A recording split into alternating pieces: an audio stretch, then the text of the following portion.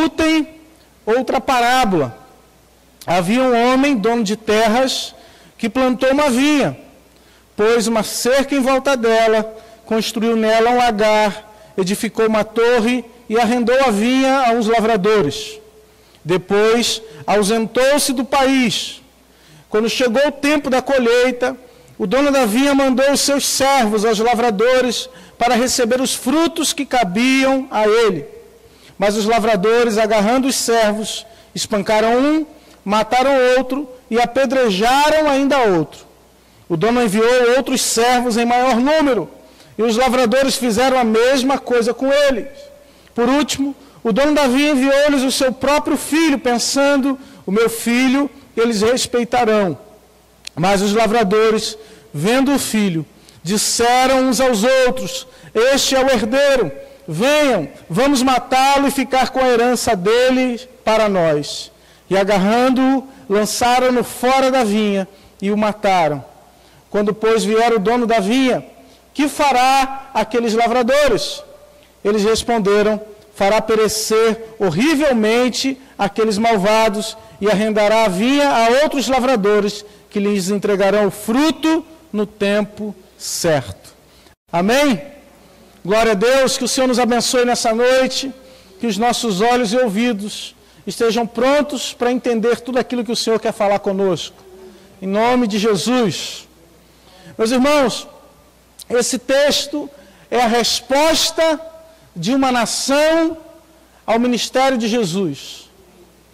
Revela a resposta do homem diante dos benefícios de Deus. Fala muitas vezes a resposta que o mundo dá diante de tudo aquilo que Deus faz. Na mensagem anterior, frisamos o verso 33, que esse homem, para construir ou para fazer uma vinha, ele fez um alto investimento. Ele comprou uma terra, cercou essa terra, plantou uma vinha, construiu um lagar, edificou uma torre. Ele investiu tempo, investiu recursos, para que aquele lugar fosse um lugar que desse fruto, fosse um lugar que gerasse um bom vinho, que produzisse um bom vinho. Mas para produzir um bom vinho, para gerar fruto, leva tempo. Leva tempo. Aproximadamente 10 meses, para pelo menos gerar o fruto. Ou seja, para cada fase da plantação, existe um procedimento diferente para tratar a vinha.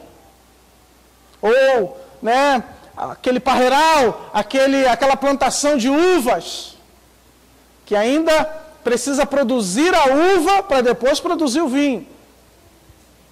Estamos ainda numa fase inicial. Mas o texto diz que ele arrendou essa vinha, ele colocou nas mãos de trabalhadores. E eu imagino, irmãos, que esse homem que tinha recursos, esse homem que construiu, ou que produziu, ou que estava com o objetivo de produzir vinho, ele colocou na mão dos melhores trabalhadores. Ele não foi buscar uma empresa de fundo de quintal para contratar os seus trabalhadores. Talvez ele tivesse escolhido os melhores, os mais capacitados, aqueles que sabiam lidar com a terra, aqueles que tiveram experiências anteriores, aqueles que tinham referências na sua carteira de trabalho. Buscaram os melhores. E os melhores começaram a trabalhar na terra.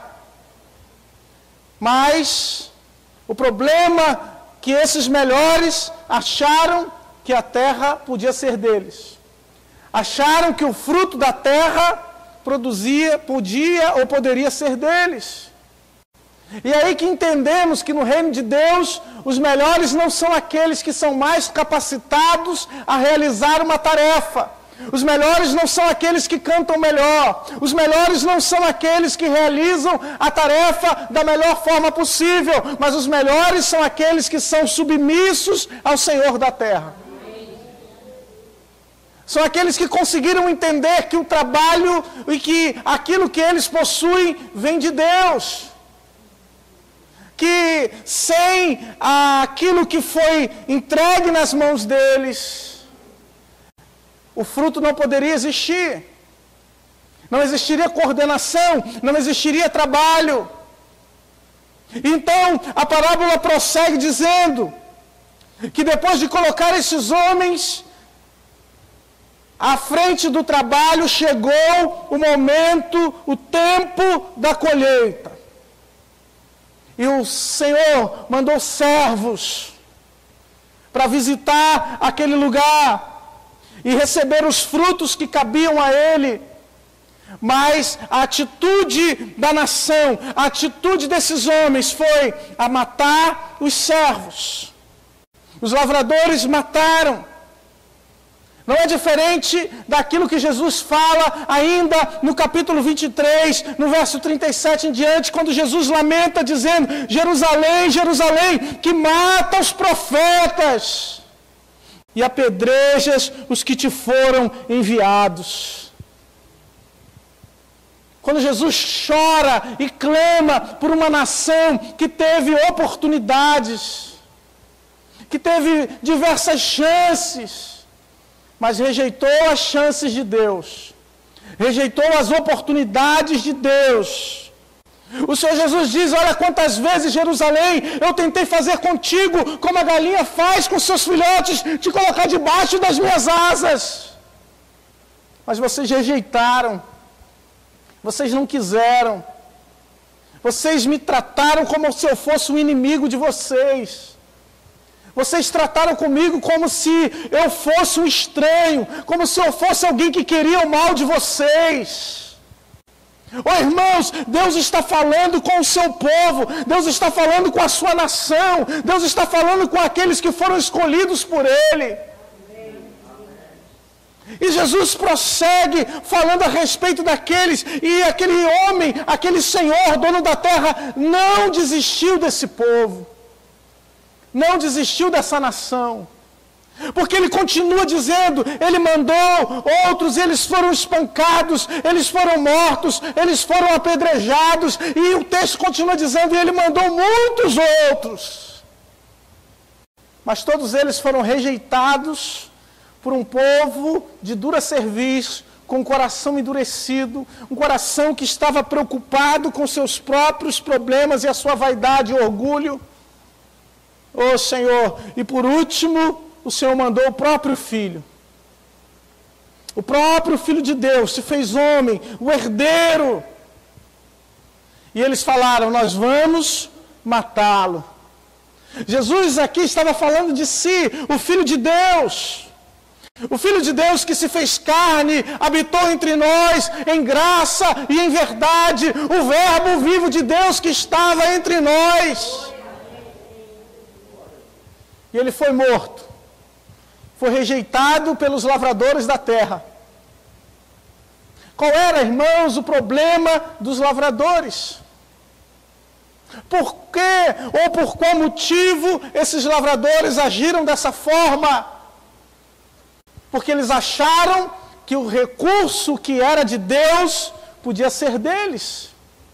Acharam que aquilo que provinha dos céus, aquilo que foi recurso do dono da terra, aquilo que foi recurso de Deus, poderia ser deles.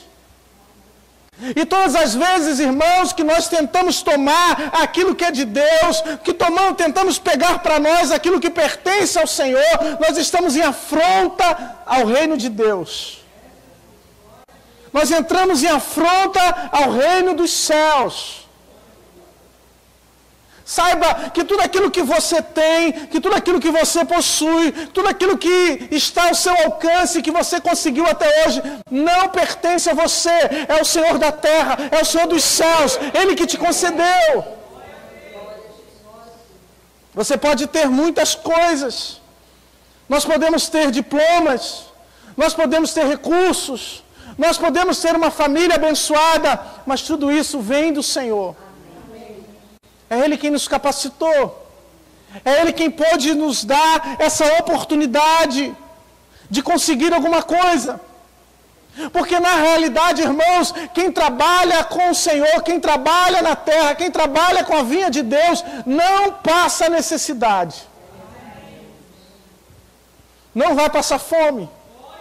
O problema é que o coração do homem orgulhoso, desejoso de mais e mais, ele não se contenta com as coisas que Deus dá, ele quer aquilo que o coração dele deseja. E o nosso coração, cheio de vaidade, cheio de orgulho, quer cada vez mais, quer cada vez além, ir além. Irmãos, esses homens já tinham tudo, eles já tinham a terra, eles já tinham a capacidade de produzir um bom vinho, de produzir uvas, a terra dava fruto. Mas eles diziam, eu não vou entregar nada para Deus, eu não vou entregar nada para o dono da terra, porque tudo isso aqui é meu. E por causa da avareza, por causa desse orgulho, pelo desejo de possuir aquilo que pertence ao Senhor, esses homens foram tomados para tentarem buscar ou ter aquilo que era de Deus. E quando nós tentamos fazer isso, irmãos, nós somos capazes de coisas terríveis. O nosso coração orgulhoso e mau, quando está envolvido e achamos que temos uma razão, nós somos capazes de coisas horríveis. Quando nós justificamos os nossos atos dizendo, eu estou certo, sou eu que trabalho nessa terra, sou eu que dou o meu suor nessa terra, eu que acordo cedo para produzir, aquele senhor está distante. E quando nós tomamos essa atitude, nós estamos prontos a dizer, quem tentar pegar aquilo que é meu, vai sofrer. Quem tentar tomar aquilo que pertence a mim, vai sofrer. Entenda que no reino de Deus é o contrário, é justamente o contrário. Quem tenta tomar aquilo que é teu, você diz, olha, Senhor, eu entrego essa pessoa nas tuas mãos, é o Senhor quem luta as minhas guerras, é o Senhor quem luta as minhas batalhas. E às vezes, irmãos, nós somos capazes de coisas horríveis, porque achamos que somos donos de alguma coisa. Achamos que possuímos. Mas o Senhor, aleluia, aleluia. Quando a Bíblia diz que o Senhor manda o seu herdeiro, na realidade, o Senhor não nos vê, Ele não nos enxerga como meros trabalhadores. Na realidade, o desejo de Deus, o desejo do coração de Deus, é nos tornar filhos. É por isso que a Bíblia diz que nós somos co-herdeiros com Cristo. A terra também é nossa, porque nós somos irmãos de Cristo, nós fazemos parte do mesmo reino. Enquanto esse é o propósito de Deus, é o propósito que está no coração de Deus, nós muitas vezes estamos lutando contra o Senhor, lutando contra a obra de Deus. E é claro que esse texto aqui está falando de uma geração que rejeitou o Senhor, para que pudesse surgir uma nova geração, um novo tempo. E é por isso que o apóstolo Pedro, no capítulo 2, no verso 9, ele vai dizer que nós somos uma geração eleita, um sacerdócio santo, um povo de propriedade exclusiva do Senhor. Porque agora a resposta da nação já foi dada, agora o Senhor está esperando qual vai ser a resposta da igreja. O Senhor agora está esperando qual será a resposta do povo de Deus, qual vai ser a resposta da igreja do Senhor, daqueles que vieram depois de Cristo, daqueles que vieram agora e que estão tomando a mão do arado para trabalhar nessa terra. Porque a pergunta de Jesus é, o que fará o Senhor, o dono da terra? Qual vai ser a atitude dele? Ele com certeza vai punir esses homens maus e vai colocar outros trabalhadores que lhe entreguem o fruto no tempo certo. Vão colocar outras pessoas para colocar a mão no arado. Talvez essas pessoas que serão colocadas à disposição de Deus, essas pessoas que vão ocupar esses postos de trabalho, não sejam as mais capacitadas como aqueles outros. Talvez essas pessoas não sejam tão boas, tão perfeitas como eram aquelas outras pessoas. Oh. É porque eu estou falando com você e Deus está falando ao meu coração. Já viu como é que é uma pessoa quando vai fazer uma entrevista de trabalho? Como ela é santinha, ela se arruma toda, coloca a melhor roupa, vai de terno, os homens, chega lá, se senta todo educado, fala da melhor forma possível, até que aquela pessoa é contratada. E quando ela é contratada, de repente ela se transforma. De repente ela começa a trabalhar, ela acha que ela é dona do trabalho, ela chega a hora que quer, ela vai embora a hora que ela quer, o patrão pede para ela fica mais um pouquinho, não, eu não posso, porque meu contrato contigo é só até esse horário. Aí de repente você pergunta, mas quem era aquela outra pessoa que veio aqui fazer entrevista?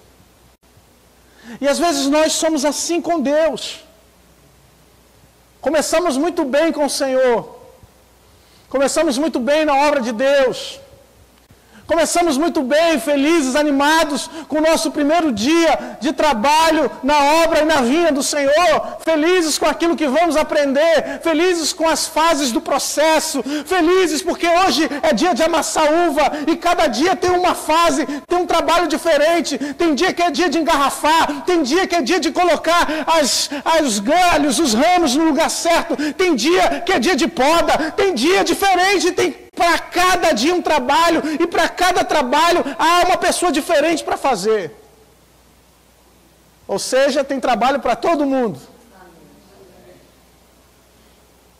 E às vezes nós começamos animados nesse trabalho, mas com o tempo a gente começa a ver os defeitos. Com o tempo a gente começa a olhar para o irmão que está do lado e falar, por que eu estou trabalhando tanto e aquele irmão só fica sentado debaixo da sombra? Por que eu chego no horário e aquele irmão parece que ele é o proprietário, ele é o dono, ele faz o que ele quer? Será que Deus não está vendo isso? Nós começamos trabalhando muito bem, felizes, olhando para o Senhor, crendo que é Ele quem vai nos recompensar, mas daqui a pouco nós olhamos para o lado e vemos alguém que está roubando do patrão. E ao invés da gente falar com quem é de responsabilidade, ao invés de nós falarmos com o patrão, que ele é o responsável, nós falamos para o irmão, que não pode resolver nada. Nós tentamos resolver da nossa maneira. Ou quem sabe até, alguns tentam ir pelo mesmo caminho, e falam, se ele está roubando, eu posso roubar também, ninguém está vendo. Irmãos, no reino de Deus é assim. Na obra de Deus, muitas vezes, nós vamos ver coisas erradas. Nós vamos ver atitudes erradas de pessoas que trabalham na vinha junto conosco. Nós vamos ver escândalos no reino dos céus. Nós vamos ver pessoas que antes nós pensávamos que eram as boas, as melhores, e que nos decepcionaram. Mas nós precisamos entender que quem nos contratou foi o Senhor. Que nós estamos debaixo de uma autoridade, que nós estamos debaixo de uma ordem de Deus para nós, e que nós precisamos entregar a Ele o fruto do nosso trabalho. O grande problema nesse conflito de interesses aqui, nesse conflito de vontades aqui, é que um não queria entregar o fruto do trabalho ao dono da terra. Entregar o fruto do seu trabalho, entregar o fruto da obra de Deus. Ou ele é dono de 100% dos frutos. Mas nós muitas vezes achamos que os frutos são nossos, a glória é para nós. Olha quantas almas eu salvei nessa noite. Olha quantas vidas eu libertei nessa noite. Olha quantas pessoas foram curadas nessa noite por causa da minha oração. Olha quanto eu já fiz no reino de Deus. Olha quantos demônios caíram quando eu cantei. E nós achamos que tudo isso é por nossa causa. Achamos que tudo isso é para nós. Mas tudo isso é para o Senhor. E Ele diz que vai procurar o fruto no tempo certo. Sabe qual foi a punição da figueira, irmãos? Foi porque Jesus foi procurar fruto e não tinha fruto lá. Talvez não fosse o tempo para os homens, mas era o tempo para Deus. Porque o tempo de Deus é diferente do tempo do homem. E talvez para você não seja o tempo de frutos, para vocês não seja o tempo de gerar frutos, mas para Deus, Deus está dizendo para você, esse é o momento mais frutífero da tua vida, é o momento de eu fazer grandes coisas, é o momento de você ver libertação, é o momento de você ver milagres. E talvez o momento que você acha estar sendo mais improdutivo em determinadas áreas, seja o momento de você ter mais frutos espirituais do que qualquer outro na sua vida. Você olha para o passado e vê quanta coisa eu já fiz na obra de Deus, quantas coisas eu já fiz para o reino dos céus, mas o Senhor está dizendo, eu quero frutos hoje. Jesus procurou a figueira e não tinha nada, só tinha folhas. Era o tempo de Deus. E por causa disso, a figueira foi amaldiçoada. Esses homens sofrerão a punição porque não entregaram frutos. Você está entendendo, irmãos? Que se há alguma coisa que pode nos prejudicar grandemente, é não entregarmos frutos para Deus. Se tem uma coisa que pode nos gerar um problema com Deus, é não entregarmos os frutos. Ou vou ir mais profundo. A nossa esterilidade espiritual pode prejudicar o nosso relacionamento com Deus. Sermos estéreis, lembra? Toda mulher que era estéril, quando ela chegava, o maior problema dela era a esterilidade. Raquel disse, dá-me filho, senão eu morro. Porque não ter frutos para dar, não dar frutos, não gerar frutos para entregar a Deus, era um grande problema. Nós que somos a igreja do Senhor, temos frutos para entregar a Deus. Devemos ter frutos para colocar diante do Senhor. E para encerrar, para nós irmos para a Santa Ceia, essa mensagem é um pouco mais profunda, talvez nós podemos falar mais no futuro sobre ela.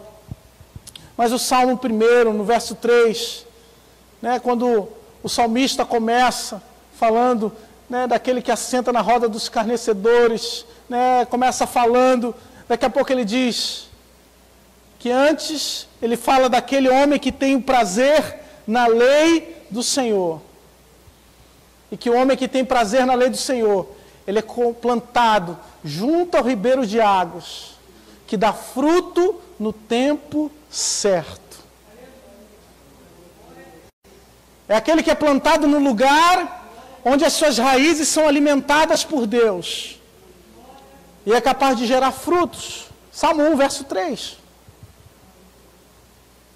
E é capaz de gerar o fruto no tempo certo, porque quem alimenta as suas raízes é o Senhor. Quem está nutrindo a árvore, quem está nutrindo a planta, é o rio de Deus. Quando nós estamos nos alimentando com os recursos de Deus, nós damos o fruto no tempo de Deus. Quando estamos dispostos a receber os nutrientes que vêm dos céus, a chuva que vem dos céus, aquilo que o Senhor derrama sobre nós, nós estamos preparados para gerar os frutos que a igreja precisa, que o mundo precisa. Porque a produção de vinho não era para ficar ali. Os frutos não eram para ficar ali. Os frutos eram para serem distribuídos ou vendidos para abençoar as nações. E os frutos de Deus que são gerados na igreja, são para abençoar as nações. As nações precisam desses frutos. As nações anseiam por esses frutos. Elas precisam e necessitam serem alimentadas pelos frutos de Deus. E quem vai produzir esses frutos, irmãos? São aqueles que muitas vezes foram rejeitados. E é por isso que Jesus vai dizer que as prostitutas estavam tomando o lugar daqueles homens fariseus. Jesus vai dizer que os cobradores de impostos estavam passando à frente deles. porque eles não eram os mais capacitados, eles não eram os melhores, eles eram pecadores, mas eles estavam dispostos a receber os rios de Deus na sua vida. Talvez nessa noite você tenha entrado aqui e tenha dito, talvez eu seja o menor aqui nessa casa. Talvez você entrou aqui em pecado, pensando em pecar, pensando em fazer o que é mal. Mas saiba que há um rio de Deus aqui. E quando nós nos arrependemos e nos colocamos à disposição desse rio, ele nos lava, ele nos limpa, ele nos faz gerar frutos. Ele nos faz produzir aquilo que achamos que jamais seríamos capazes de produzir. Somos capazes de gerar, ou que seríamos capazes de fazer, sequer no nosso pensamento. Dias eu encontrei um irmão hoje de manhã. Falei, irmão, tu já imaginou que tu ia fazer um filho bonito assim, rapaz? Um filho bonito desse jeito, tudo que é feio. Que é só misericórdia de Deus na tua vida. E ele falou, não imaginava. E a realidade é que a gente sempre acha os nossos filhos mais bonitos do que a gente, né? E queridos, o Senhor nos capacita a produzir frutos que vão abençoar gerações, que vão abençoar não só as nações nesse tempo, mas que vão se perpetuar enquanto eles estiverem aqui. Frutos que vão se perpetuar por gerações para abençoar vidas. Aquilo que você produz hoje em oração, aquilo que você produz hoje diante de Deus, aquilo que você produz hoje, que a palavra de Deus vem até você, talvez essa mensagem que está sendo pregada hoje vai abençoar outra geração. Talvez abençoe a sua vida hoje, mas vai abençoar o teu filho, o filho do teu filho, e depois vai abençoar outras gerações. É para isso que Deus nos chamou. Oh, aleluia! Talvez você diga, olha, mas eu estou ficando muito velho. Eu já estou velho, já passei desse tempo, pastor. Mas talvez aquilo que você planta hoje, aquela pessoa que você abençoa hoje, são os seus netos que vão lá na frente proclamar a palavra de Deus. Vão lá na frente ganhar vidas. Talvez hoje você não esteja ganhando vida alguma. Talvez hoje você olhe em volta e você diga, olha, mas eu não estou ganhando nenhuma alma para Jesus. Mas você está investindo na sua família. Você está investindo na educação do teu filho. Você está investindo na vida das pessoas à sua volta. Você está orando por aqueles que estão enfermos. E talvez são essas pessoas que você está investindo hoje, que você está abençoando hoje, que você está intercedendo hoje. São essas que vão fazer a diferença lá na frente. Essas pessoas são o seu fruto. Essas pessoas é o teu fruto, é aquilo que você vai apresentar diante de Deus e entregar para Ele. Você diz, olha, eu estou sozinho, eu moro só, pastor, eu não tenho ninguém. Mas quando você sai na rua, alguém conta o problema para você, e você sinceramente ora diante de Deus, e Deus opera, e Deus faz um milagre. Talvez você não tenha ninguém, mas alguém que está na rua, você encontra, você abençoa, você intercede. E são essas pessoas que lá na frente vão ser abençoadas, vão receber vitória, porque cada um de nós aqui está contribuindo para essa plantação, para esses frutos que vão ser entregues para Deus. Será que você pode dar uma salva de palmas ao Senhor?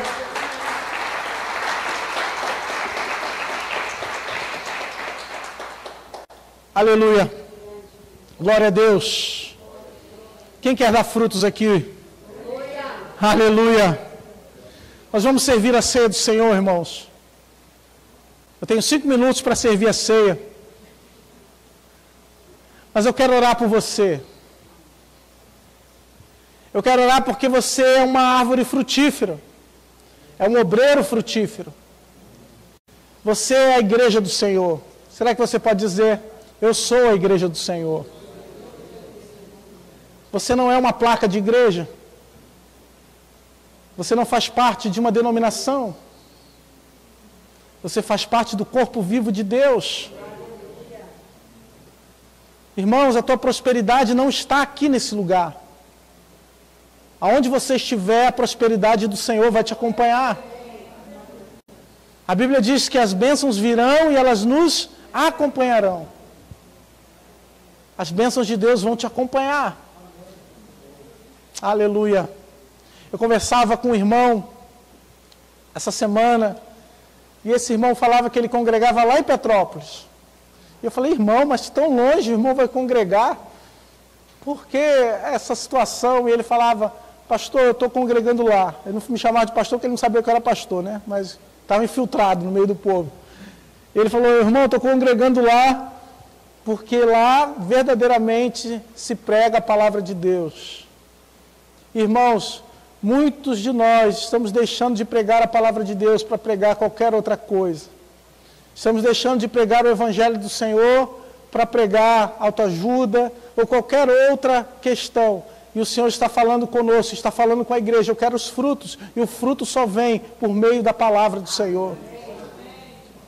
O fruto só vem na tua vida quando você coloca a palavra de Deus em primeiro lugar. Só vem na minha vida quando eu coloco os princípios da palavra de Deus e aplico eles na minha vida. Consigo aplicar. E é isso que Deus deseja de nós. Deus deseja que coloquemos em primeiro lugar o seu reino e a sua justiça. E todas as demais coisas nos serão acrescentadas. E tudo o Senhor vai acrescentar na nossa vida. Amém? Os nossos irmãos... Aleluia, Jesus. Santo é o teu nome, Pai. O Senhor enviou o seu Filho. O seu Filho foi rejeitado, humilhado, cuspido, Senhor, e morto, crucificado, pregado em uma cruz. O Senhor veio para aqueles que eram seus, mas os seus o maltrataram e o rejeitaram, Senhor.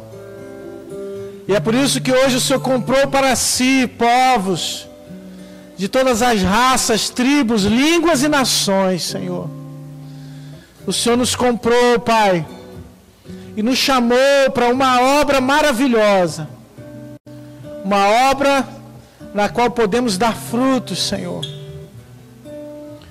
Num processo tremendo, Pai, onde trabalhamos, nos esforçamos.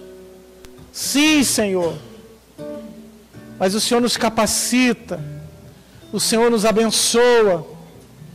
O Senhor nos mostra, Pai, que podemos continuar, porque o Senhor é conosco.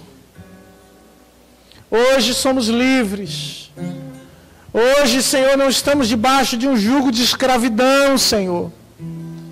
Mas estamos debaixo de um jugo em que é leve e suave, porque trabalhamos nessa obra por amor. Trabalhamos nessa obra porque amamos o Filho de Deus.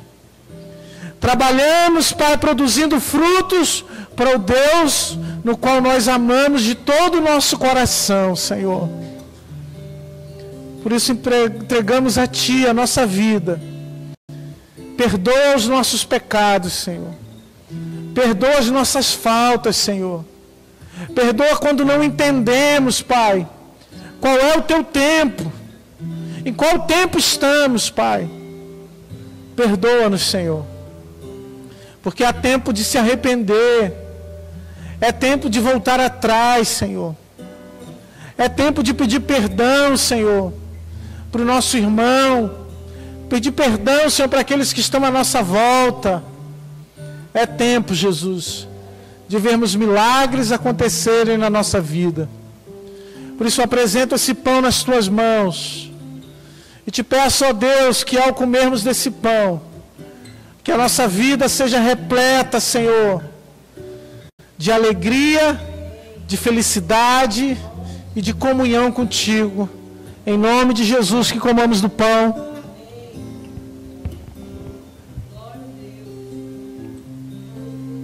Aleluia. Aleluia. Jesus, queridos, na ceia, se referiu ao cálice como cálice da nova aliança. O cálice no qual nós estabelecemos com Deus uma aliança. Uma aliança muito mais forte do que um acordo, um contrato. Uma aliança fala de algo que estabelecemos para a vida eterna. E é por isso que quando casamos e trocamos aliança, prometemos amar até que a morte nos separe. E o Senhor entregou esses homens para produzirem vinho. O vinho e as uvas precisam ser amassadas para se tornarem uma coisa só, um líquido só. E é assim que Deus vê a igreja.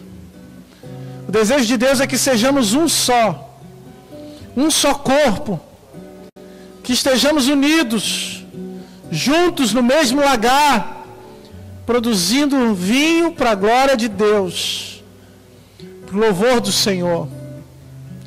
Eu quero abençoar a tua vida nessa noite, para que você produza frutos, para que você alimente multidões, para que você abençoe nações, para que a tua oração atinja reis e sacerdotes e homens poderosos, para que a tua oração influencie nações inteiras, para que a palavra que sai da tua boca seja uma palavra de vida, uma palavra de transformação, para que a palavra que sai dos teus lábios seja capaz de impactar aquele que está doente e ressuscitar os mortos. Que seja essa a palavra que sai de ti. Mas para isso o Senhor precisa curar o teu coração. Para isso o Senhor precisa curar você e cuidar de você. E é isso que Deus quer. Que ao tomarmos desse cálice, recebamos da capacidade do Espírito Santo para interagir com as nações, interagir com os povos, interagir com aqueles que estão à nossa volta, que o Senhor nos dê sabedoria. Em nome de Jesus, tomemos do cálice. Será que você pode ficar de pé? Aleluia! Glorifique a Deus. Exalte o nome do Senhor. Bendiga o nome do teu Deus. Ô Senhor, aleluia, enche esse lugar, enche meu irmão, Senhor, cada vez mais com um vinho novo. Oh Deus, capacita o Senhor a gerar fruto no tempo certo.